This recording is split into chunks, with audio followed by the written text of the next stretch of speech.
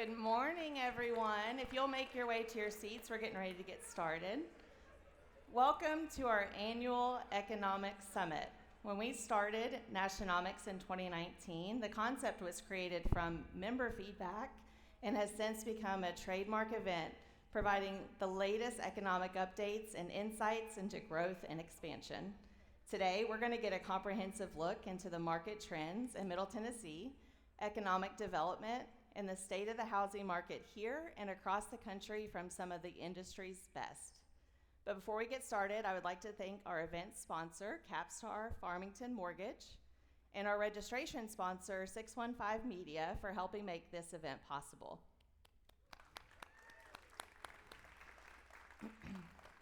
I would also like to thank all of our sponsors and vendors, who I encourage everyone to go and talk with at the next break. They're at the back of the room. Let's give them all a round of applause. Now I'd like to recognize some special guests that are joining us today. Please stand and be recognized as your name is called. Tennessee Realtors President, Regina Hubbard. Tennessee Realtors Treasurer, Michael Pappas. Tennessee Realtors Division Vice Presidents, Joanne Garcia and Amy Cannon. Sumner Realtors President, Vicki Johnson. Williamson County Association of Realtors President, Brandy Thigpen, and CEO, Bo Patton. Thank you so much for joining us. It's an honor to have you here. One reminder before we get started, if you forgot to check in at the registration table, please do so in order to receive your 2 Awards of Excellence Involvement credits. For live event photos from you, please scan the QR code on the screen, take pictures, and share them to the gallery. We would love to see this event from your perspective. Now, I'd like to give a warm welcome to our hosts at Trevecca University for sharing their beautiful campus with us this morning. Let's welcome Vice President of Academic Affairs, Dr. Jonathan Bartling.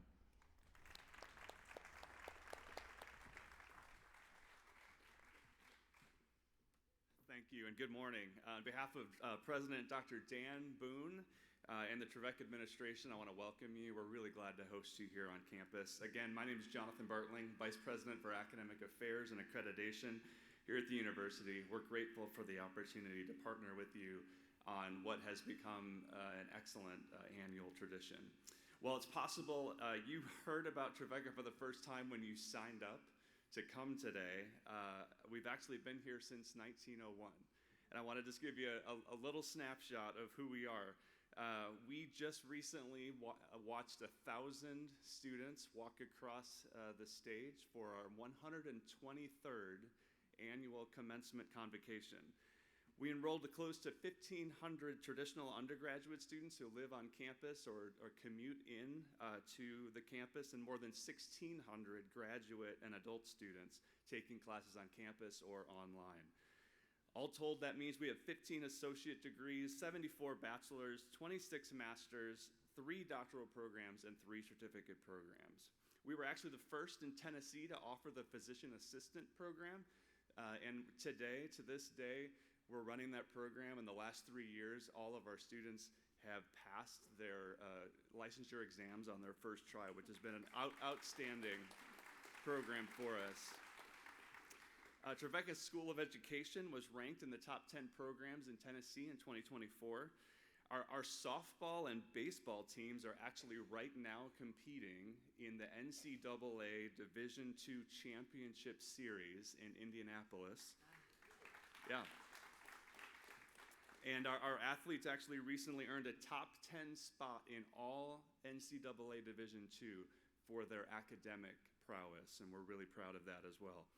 We were also recently named the #2 online college in Tennessee by Intelligent.com, behind only UT Knoxville, so we're proud of that. And we have the largest Doctor of Education and Leadership program in the state of Tennessee. It is nationally ranked. We offer customizable business, leadership, communication degrees, and tracks that connect to a wide range of fields. All told, Trevecca's earned a reputation for providing the world with servant leaders, problem solvers, and difference makers. We're a Christian community providing education for leadership and service, and we believe our graduates are a gift to the world and to Nashville. The transformative power of education changes individuals, but ultimately it impacts generations, and we're called to do that work with excellence and as good Nashville neighbors. I encourage you to learn more about Trevecca on our website, or you can head back to the table today where Trey Schruff is ready to talk to you about the variety of degree and certificate programs we have in business, leadership, and strategic communication, which is our brand new program.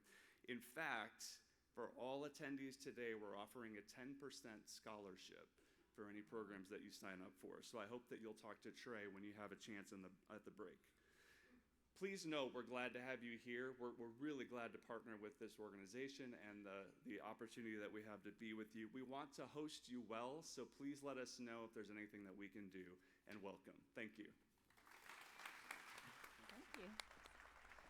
Thank you, Dr. Bartlett. This is a beautiful space, and we really appreciate you allowing us to be here.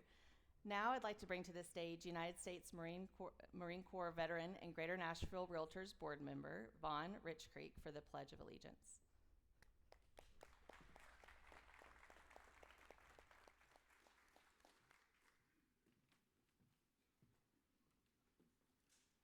Thank you. If you'd all please rise.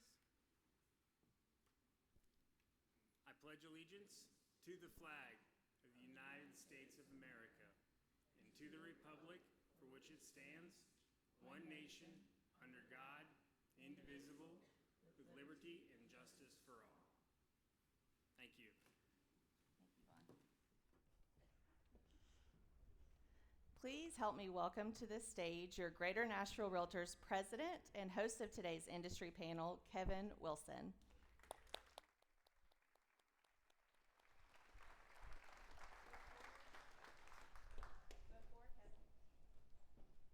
Before Kevin introduces the industry professionals, I want to thank you all for being here. Your active participation is crucial to our association's success, and we truly appreciate your commitment. Your involvement in events like NASHONOMICS, as well as in our leadership initiatives and volunteer opportunities, is invaluable. Together, we can showcase our industry's excellence and provide unparalleled value. Your engagement helps us lead the way and highlights the essential role of a realtor. Let's continue to raise standards, innovate, and set benchmarks. Thank you for your dedication and support. Thank you.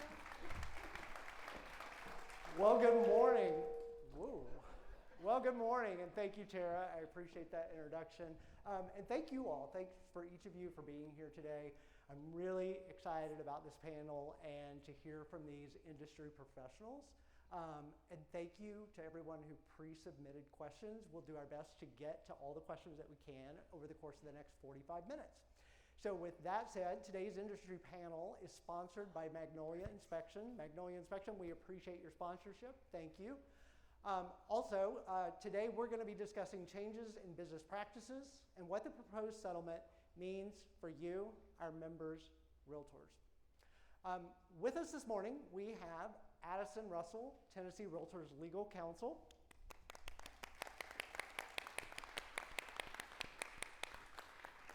We also have Clint Walker. Clint is a realtor and an appraiser with Appraiser Pools.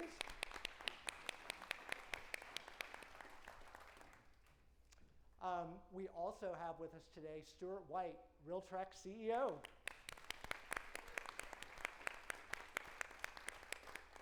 And rounding out our panel today, we have Tiffany Wright, who is Nashville Mortgage Bankers Association President. Thank you, Tiffany, for joining us today.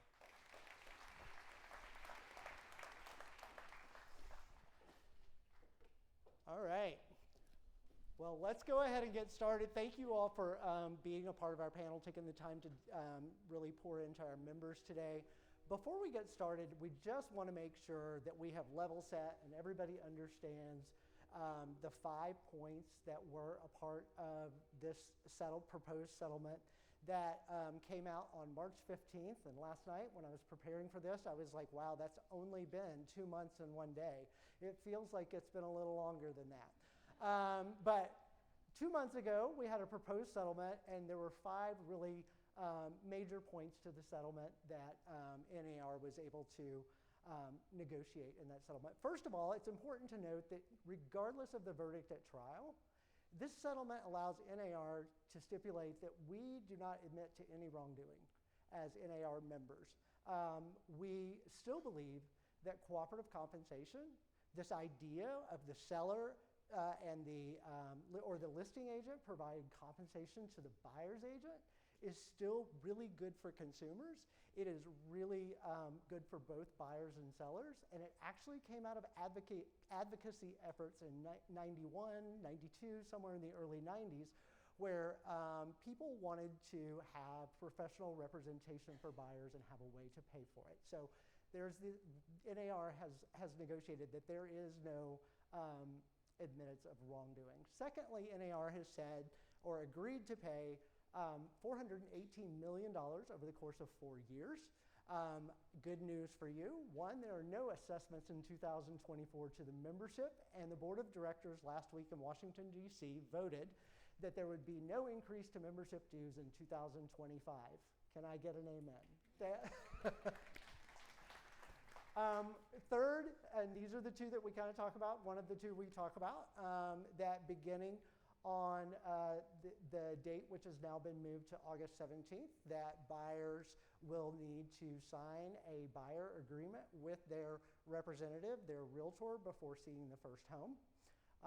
That is a change for a lot of the country because more than 30 states in the country do not use buyer representation agreements. Luckily here in Tennessee Realtors and our great forms committee make sure that we have those forms available to us. So there will be some changes, but not as significant as for some of the other states. Number 4, the unilateral offer of compensation will be removed from the MLS. Now that does not mean that we cannot still have an offer of compensation from the realtor, from the listing agent, or from the seller. It just means it can't be attached to the MLS in any form. And lastly, the settlement was negotiated such that it would cover nearly all 1.5 million members in the National Association of Realtors. And the reason I say nearly is because there were other companies that at the time had not settled, and there were still defendants. So at this point, everyone has settled in that. And so all of us have been covered under the settlement. Why that's important? There were a lot of copycat lawsuits, and the copycat lawsuits were starting to name individual agents. So they were coming after all of us. And so now we're all protected under this lawsuit. It also protects all state and local associations, and it also protects all association-owned MLS's Realtracs.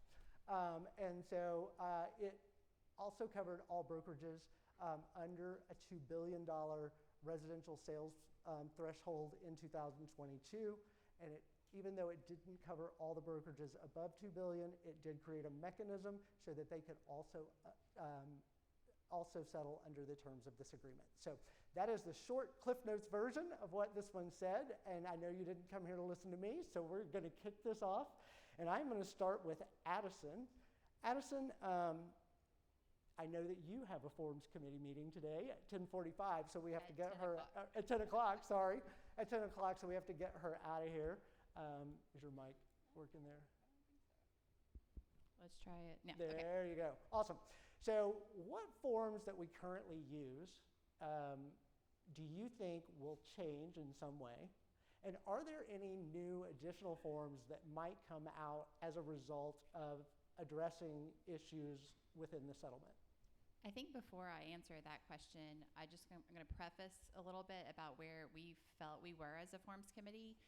Cindy Stanton is our Forms Committee chair this year, and once the settlement came out, we had an initial meeting, and really the initial feedback on that group was, wow, we're already in a really good spot in Tennessee to be compliant.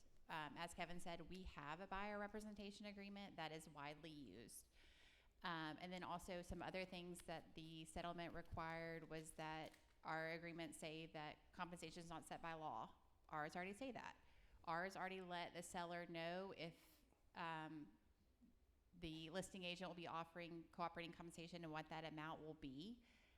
So we just kind of felt that, wow, we're already sitting really good, that we're not having to reinvent the wheel, that we're not having to start from scratch, that I don't think this will be a big disruptor in your practice. But with that being said, we did put together a work group that has kind of been diving into what needs to be done to comply with the settlement, and then maybe are there other changes we can make as well to kind of promote transparency, to see how this is going to work in the new world where we can't do offers of compensation on the MLS. Like how are we going to navigate that? So as Kevin said, we have a forms committee at 10 o'clock, so I'm going to run straight out of here, not to be rude, but that's where I'm going. And what we're going to discuss today, the committee is reviewing drafts that we will have ready to go by August 17th, along with educational videos. But we're looking at small changes to our listing agreements, small changes to our buyer representation agreements, and then small changes maybe to the compensation agreement or the purchase and sell agreement. A new form we are looking at is a written agreement with a buyer before you tour a home that is not an agency agreement. In Tennessee, buyer agency is not required, but even though we are commonly practicing it in the state, it's still not required by law. So therefore, if you have a buyer and you don't wish to enter into an agency agreement, we're gonna have an agreement ready for you so you can be in compliance with the settlement and the new practice changes, but you're not entering into an agency agreement. Or maybe you have a buyer that calls you on a Sunday morning and says, hey, let's go to this open house. And rather than sending the 6-page document to really walk through, it's like, okay, that's great. Let's get something in writing so you'll know how I'm being compensated and we have the authorities in place. So that will be a new agreement coming for sure. Awesome, thank you. Clint, I'm gonna go to you next. Do you currently take commissions into account when you appraise a home? Historically, we don't take commissions into account because they've been a customary expense. Lenders have always allowed appraisers to include customary expenses into our appraised values. So while we are typically appraising strictly the real estate, it's understood that realtor commissions, title expenses, other various things are paid as a part of every transaction. And so we don't have to exclude those in what we call the real estate value. Great, thank you. Stuart, RealTrax.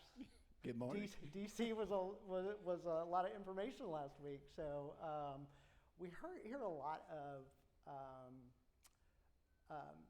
information out there in the real estate media, like Inman, talking about different MLSs that are doing a concession field. Do you anticipate that RealTrax is going to put out a concession field? And if they do, could you also address how a concession field is not a replacement for a compensation field? Yes, certainly. Good morning. Thank you for having me.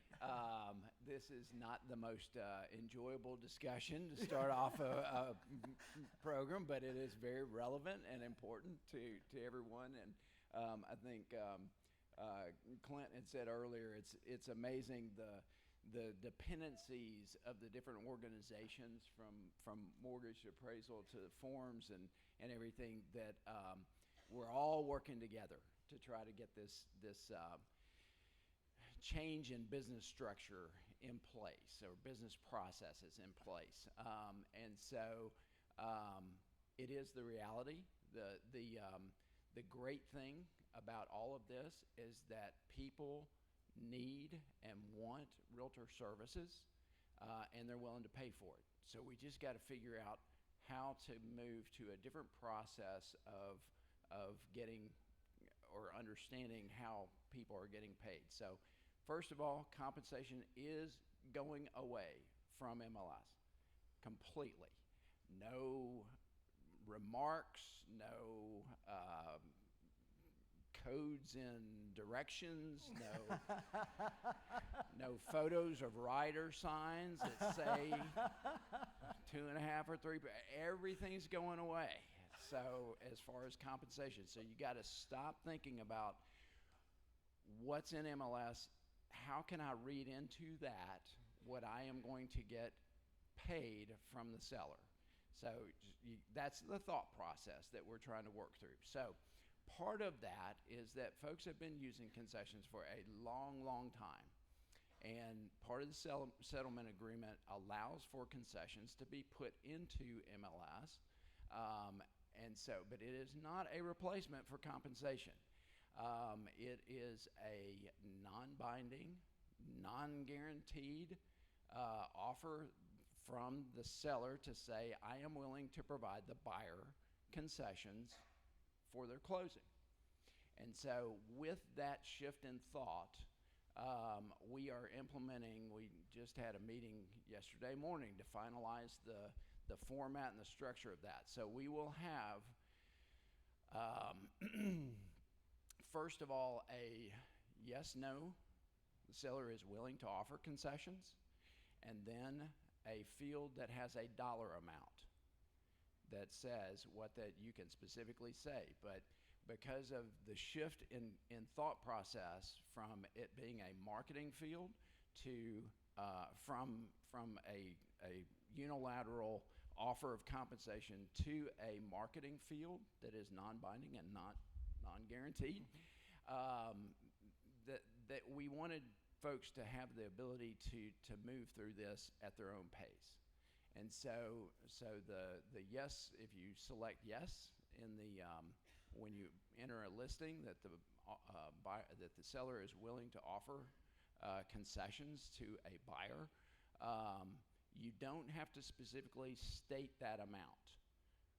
Okay, so it will be, excuse me, it's early in the morning for me. So and I'm so not used to sitting down. So it will state on the marketing and public site and within RealTrack, seller is willing to consider offers that include concessions. So that'll be incumbent upon you at the offer of purchase process to put that information in the offer to purchase. If you want to specify an amount, you can. But again, that will be negotiated at that time of the offer to purchase. So it is not guaranteed. So if people are thinking, I'm just going to put in there what I'm willing to pay a buyer agent, it's not guaranteed, folks. There's no arbitration process that's going to support you for that. There's nothing that's going to, so you need to have that agreement with your buyer signed before that process gets into place. And so this is really no different from commercial. They've been doing it this way forever. And so, yes, we are implementing a concessions field. And our plan is to release that June 3rd. You heard it here first, folks. A communication will come out either today. I think it's today because we finished the videos last night. So it'll come out today. It will go to the brokers first. What we would like for folks to do, both compensation and concessions will be in the system at the same time until August 17th. And we want your offices to practice, whatever that looks like. So have some of your top agents, or if you are a top agent, practice using that with one or two of your clients to say, we're going to try it this way. We already have folks doing it, and we're reaching out to them who are not offering compensation through the MLS, and they're closing property. So we are reaching out to them to say, what's the process you're using? How can we help facilitate that? So hopefully that answered. It did. Okay. Thank you very much. And Stuart didn't mention this in his things you can't do, but just to clarify, you also can't upload a compensation agreement in the media section that would tell the buyer. So no way to connect it to the MLS at all. Tiffany. Yes. Good morning. Good morning. So I want to take you back to the Great Recession and after the Great Recession when you all, as a mortgage industry, have been through a little bit of disruption. You've been through regulation. And so Still going through regulation. Right, yeah. So tell us Yes. a little bit about what that felt like at the time when you were Yeah. going through it, what members were feeling, Yeah. mortgage bankers were feeling at that time, and how it turned out. Wonderful. Thank you so much, and thank you for including us as part of the conversation. You know, we truly are in the lending and mortgage community your partner. So we're here. We're going to continue to cheerlead and advocate for you guys. So you are 100% right. There is no doubt that what happened after what I call the birthing of Dodd-Frank legislation that happened after the crisis is by far one of the biggest disruptors that we as an industry had to take on. So it was, I like to say that we've been there, done there, and got the t-shirt. Y'all agree with that? So three quick things I want to say to you before I start going into some similarities here that I want to do to encourage you. First, breathe. Inhale, exhale, breathe.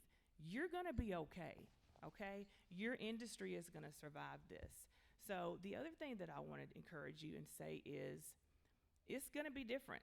I'm not saying that it's a good different. I'm not saying it's a bad different. It's just the way that you conduct your business is going to be different going forward. It's going to change how you do your business. And then third, as we've already mentioned, they've already extended the start date of this, right? You don't really know how this is going to ultimately affect your industry. It took us I think it was maybe 18 to 24 months before the dust really settled and we knew how we were going to what was going to be our new normal. And I think that's what you guys are going to experience as well. So, and I'll add on to that to say this, it's going to make you better. What happened after, the crisis and post Dodd-Frank, it has made our industry better. How many of us have been in the business, prior to 2010, before we had Dodd-Frank, and we can remember, our clients sitting at the closing table, ready to sign their documents, and their documents were literally coming across the fax machine. Now, it's true, that's okay. It's really the reality of what was happening in our industry. And now, our borrowers are getting their documents 3 days before, some getting that sooner than that. So that's better, right? Y'all, we should be clapping for that. That means that's better for the consumer, so we are better. So some of the similarities, so that you think I'm just not saying these things to you, I want you to know that we really we feel your pain here. So initially, when everything came out, just like what you guys are experiencing, there was a lot of misinformation out there. I can remember we would sit in our office and hear some of the things that would come across the news and come across our emails, and we would say, good gracious, do these people even know how to spell mortgage? Where are they getting this information from? I'm serious. We really were like, okay, what, some of the things, it's like we couldn't make the stuff up. Some of the things that was out there. So there was a lot of misinformation. So do y'all think y'all feel that's similar to what you guys are experiencing? Okay. Our forms, our compensation, not just how much money we were getting paid, how we had to disclose our compensation, how we had to disclose and define whether or not we were exempt or non-exempt. Do we have to log our overtime? Rules on how we communicate with the borrower, when and where, what times do we do that within the transaction. All of those rules changed, which then dictated our technology, our systems. Everything was disrupted. Like, how are we going to do this? How do we make these adjustments? Then, I think just like you guys, our disruption was really around two things: communication as well as being transparent. The borrowers wanted more communication, and they wanted us to be a little bit more transparent with how they were borrowing that money. I think that you guys would agree that's probably what's going on with you guys. More, communication, more transparency. And our initial conversations had to change as well. We instituted something that's called the intent to proceed. That was something that came out of TRID, came out of Dodd-Frank, where we had to, once our borrower had a contract, we had to sit down and have a conversation with them and say, hey, I need you to hire me before I can collect any more documents, before I can collect money, before I can process your loan, I need you to hire me. By signing that intent to proceed, you are saying you're going to hire me to take care of your finances in this transaction, which I think is very similar to your buyer's agreement that you just talked about. So this is what I want to leave and say about that. Another thing to encourage you, that buyer's agreement is way better than my intent to proceed. The lenders in the room are probably shaking their heads saying, yes, she's exactly right. Because let me tell you why. A lot of us in this room, we earn our paycheck before we get paid. Do y'all agree with that? We earn our paycheck before we get paid. That buyer's agreement that you guys have, that's golden. What an advantage that you guys have, because that locks that buyer in for you guys for 3 months, 6 months, whatever you end up negotiating. Our borrowers really, honestly, we can go through the process and they can decide, if my competitor offers them better terms, I don't know, a microwave, it doesn't matter. They can walk. Literally, they can walk.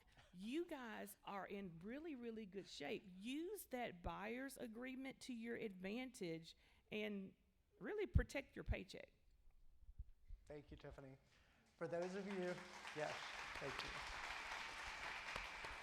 For those of you who don't know what a fax machine is, I'm just kidding. I'm just kidding. Addison, you talked about this a little bit in your last comments, but there's a lot of conversation about this buyer agreement being signed prior to showing the first home. Are there other things that trigger that buyer's agreement, like being signed, or is that really the preface for it? And then again, you touched on this, but distinguish the difference between what we currently use as a buyer representation agreement and a one-pager or a buyer agreement with no agency attached to it that we might see roll out. Yeah, so the buyer representation agreement we all know and love, I know you do, does create an agency relationship with the buyer. And what that means under state law is that as the buyer's agent, you now owe certain duties to that consumer.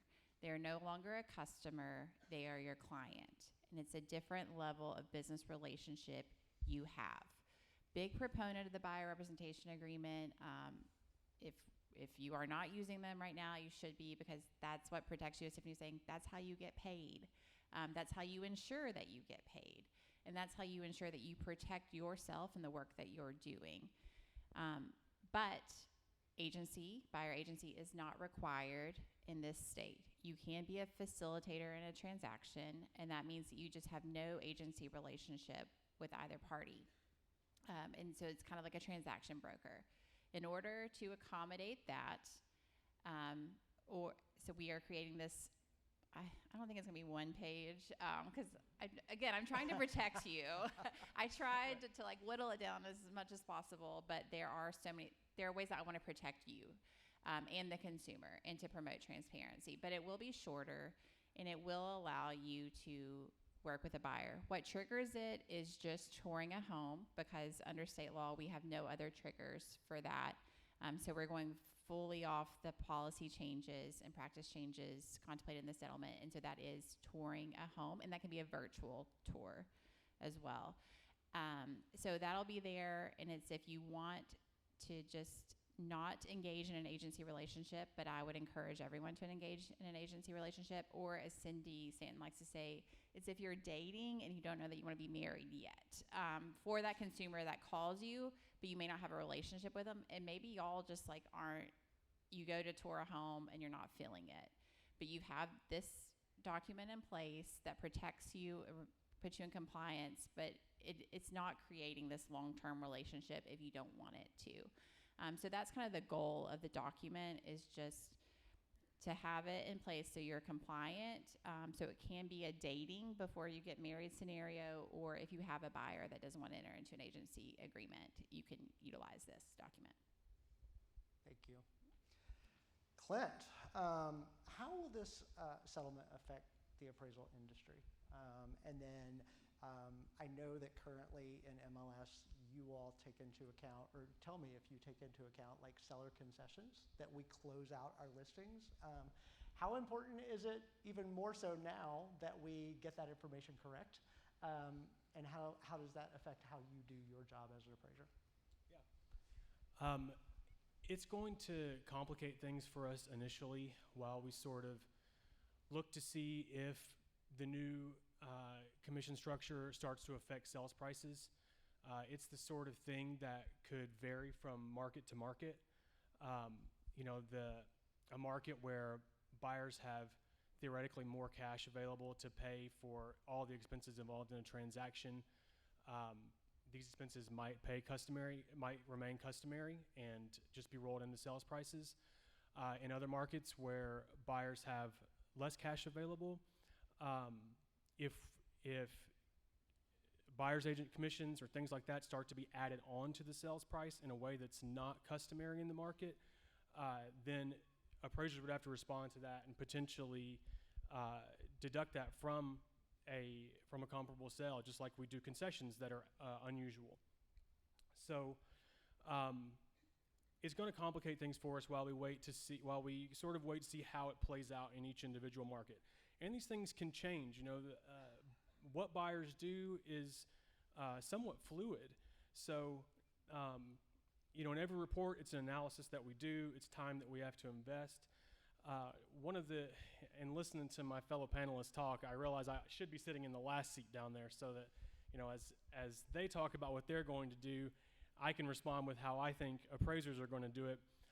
Because, in some sense, we're the last step in the process. Agents have done their job.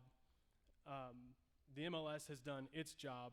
The lender has got things rolling, and we are supposed to be out there reporting what we see, and not creating markets, which is a big part of the media frenzy in our industry right now, but really just reporting. So when buyers start doing something differently for a certain reason and it starts affecting sales prices, the appraiser needs to be able to report on that. So this is going to complicate things for us. It's going to require extra verification. I've been talking to Stuart a little bit about the way that I hope the MLS will break down concessions and commissions, because we do report concessions. When agents report concessions in the MLS, we put that in our reports, we report it to the lender, and we're looking to see, is it affecting the sales price, like I said. So with the change in compensation, if it all gets lumped into a concession, then the distinction that an appraiser needs to be able to make is not going to be readily apparent, which means we're going to be calling agents. We're going to be making more phone calls, spending more time digging up this information and really trying to figure it out. So that's a complication it will make. It may not change values. It might ultimately just take more work on our end. But if it takes more work on our end, it might make your appraisals more expensive. So the more that you can do to help us, and the more the MLS can do to help us with verification for all this information, the better it will be for everybody. Great, thank you. Good insights. Stuart, congratulations are in order. We were in DC last week, and we found that the new rules will largely fall on the MLSs to enforce, so congratulations on that. How do you see this enforcement of these rules playing out moving forward? Does it include buyer representation agreements? And if so, how does that work? Yes, I went to a meeting on Sunday morning, and the NAR attorney had the big slide, who's going to enforce all this? And she said, you are. And so we went, yay.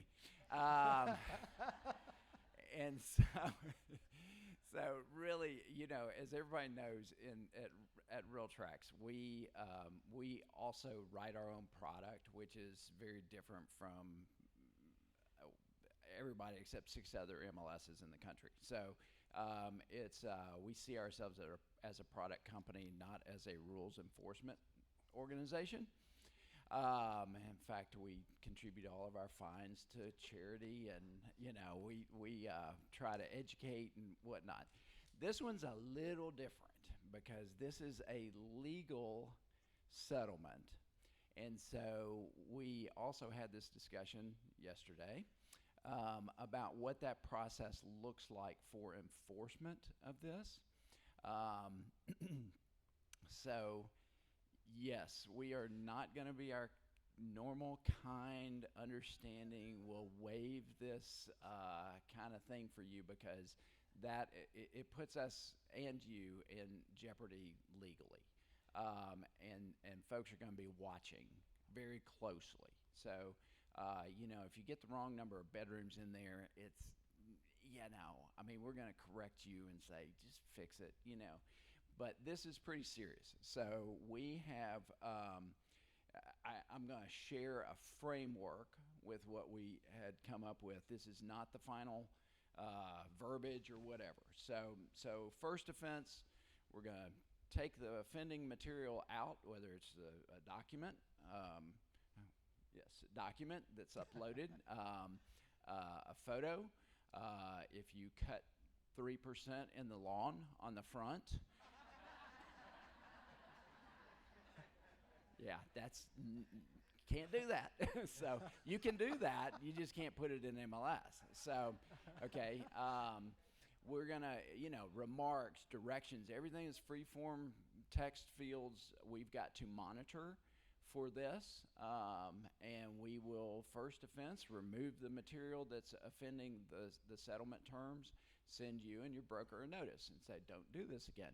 Second offense, we will actually delete the entire listing, send you and your broker a notice and say, don't do this again. Third offense, we will delete the listing, suspend ad edit for the agent, and issue a $5,000 fine. Okay, so I mean, that's how serious this is. And so that fine will not roll up to the broker, it's going to stay with the agent. And so if they think, oh, I'll just change companies and get right back into RealTrax, that's not going to happen. And so this is how serious this is. The fourth offense will have to go to the board of directors. You probably lose access for a year to the system. So we're going to be taking this very seriously. We want to provide some grace up front. But if you just keep doing it, I mean, if you've been suspended from ad edit for 30 days and you come back in and you put something else in there that communicates your compensation being offered, sorry, you are so doing that on purpose. And so that's where the grace ends. All right, so that's how we see our enforcement happening. Great. Thank you for that. Sounds like you all have been doing a lot of work around that. Maybe we can get to the place where that $5,000 goes to the charity of choice. Yeah, Tennessee Kids Belong is like going, yes, put compensation in. Tiffany, lots of conversation around interested party contributions, or IPCs. Yes. First of all, can you explain to our members what they are? Yep.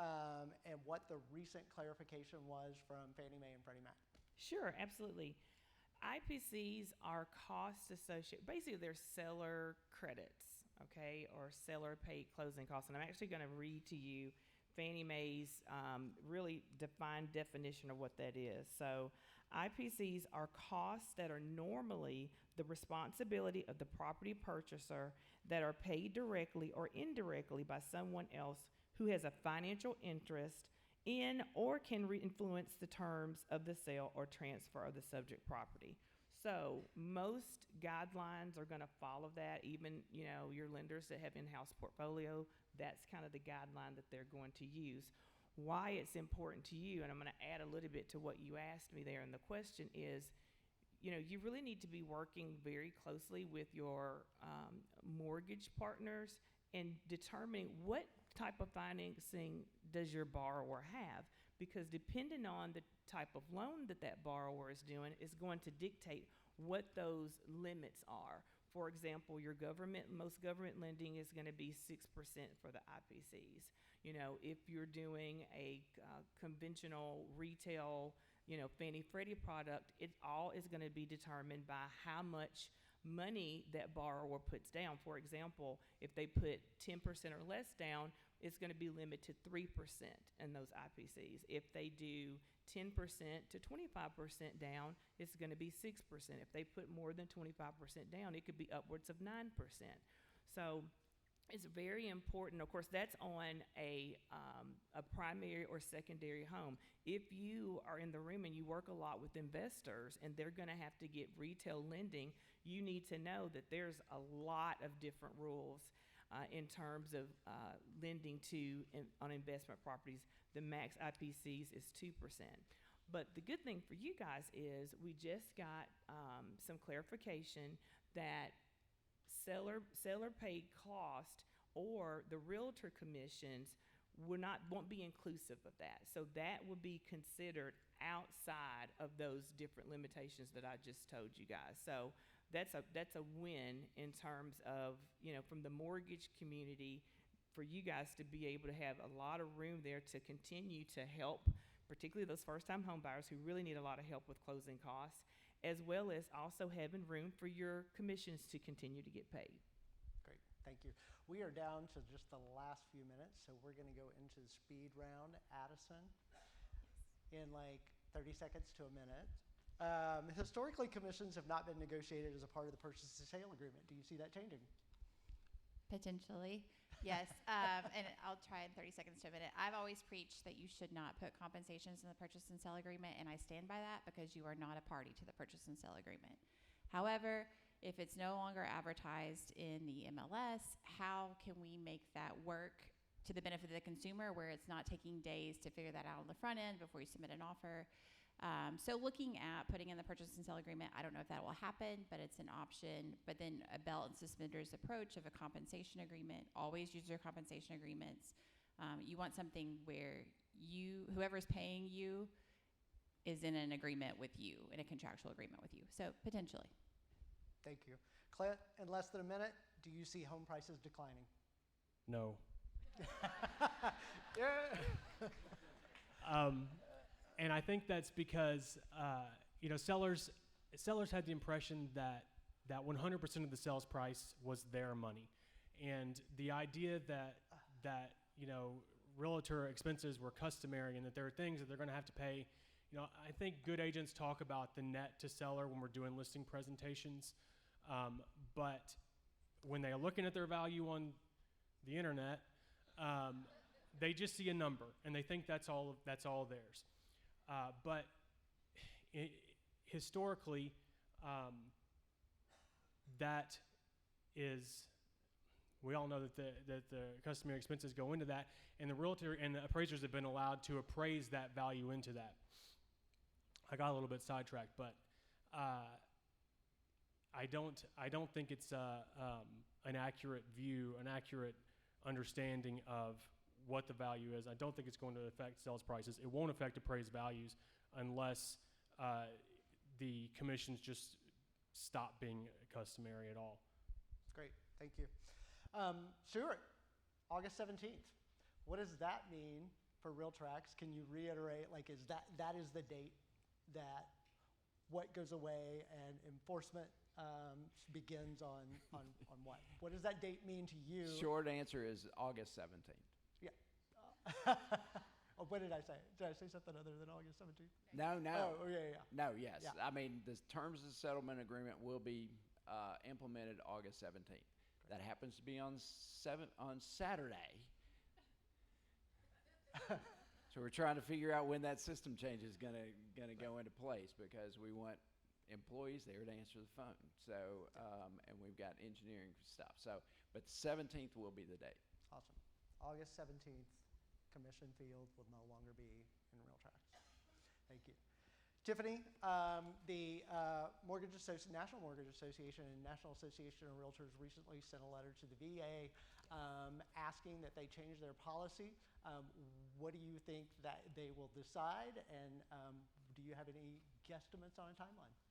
Well, I will tell you, we hope so. And I brought the letter here so that you can see that this was on April the 8th, where MBA urges VA to modify prohibitions on commissions payments for veterans. I feel as though that VA is always going to do what's in the best interest of our veterans, and I think that because of what's happening, they're so subject to really impeding their ability to purchase. So we as an industry are advocating on that. I'm hoping that they will move towards that, and that's what we're advocating for. When that's going to happen, I do not know, but I hope so. We hope so. Awesome. Thank you all very much for joining us today. Can we give them a big round of applause? We appreciate you taking the time. Addison, please don't get a speeding ticket on your way to the forums meeting. Thank you. Thank you. We can also say that Tuesday at 11 we will have a webinar to detail what's going to happen in MLS. So Wonderful. Thank you. Thank Awesome. you. Thank you very much. Yeah. There you go. Sorry.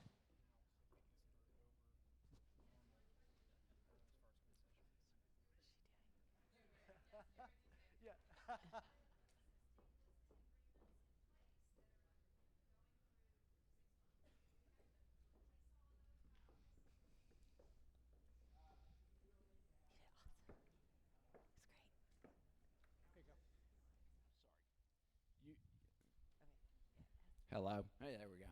Okay, so you will need to have a conversation with your sellers to say this is happening on this date, and here is how we are going to address that going forward after the 17th. You should probably have an addendum. Addison's probably a better person to answer that question. If this. Hello. Okay.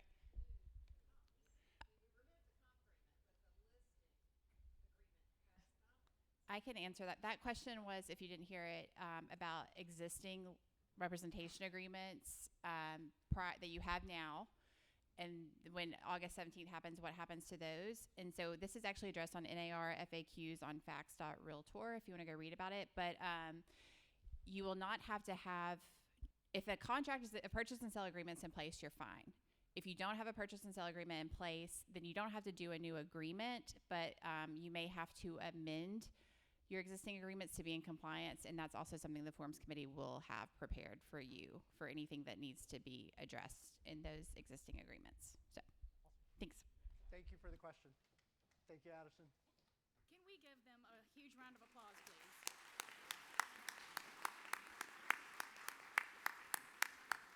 So, a big thank you to Addison, Clint, Stuart, and Tiffany for that panel. For more resources on all of today's sessions, you can scan the QR code on the screen, which will appear at some point. Additional resources will be updated on this page as well throughout the week on our webpage. Let's give our panelists another round of applause, which we just did. Before we start our break, I want to mention our summer member mixer. This year's mixer is going to look a little different from years past. We won't see any animals, but we'll have a great view of downtown and the East Bank at Nissan Stadium this year. Registration is now open for this event. For more details and to sign up, scan the QR code on the screen. It's there this time. We will now break for 15 minutes and return at 10 a.m. for Dr. Lawrence Yoon, NAR's Chief Economist and Senior Vice President of Research. He will join us on stage to share some great insights into the housing market. Please be sure and visit our sponsor tables directly behind you and enjoy the beverages and snacks provided by them. Thank you so much.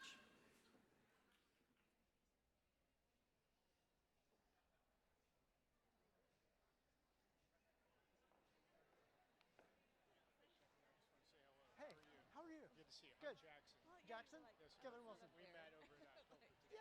It showed up right after you said that. Thank Like,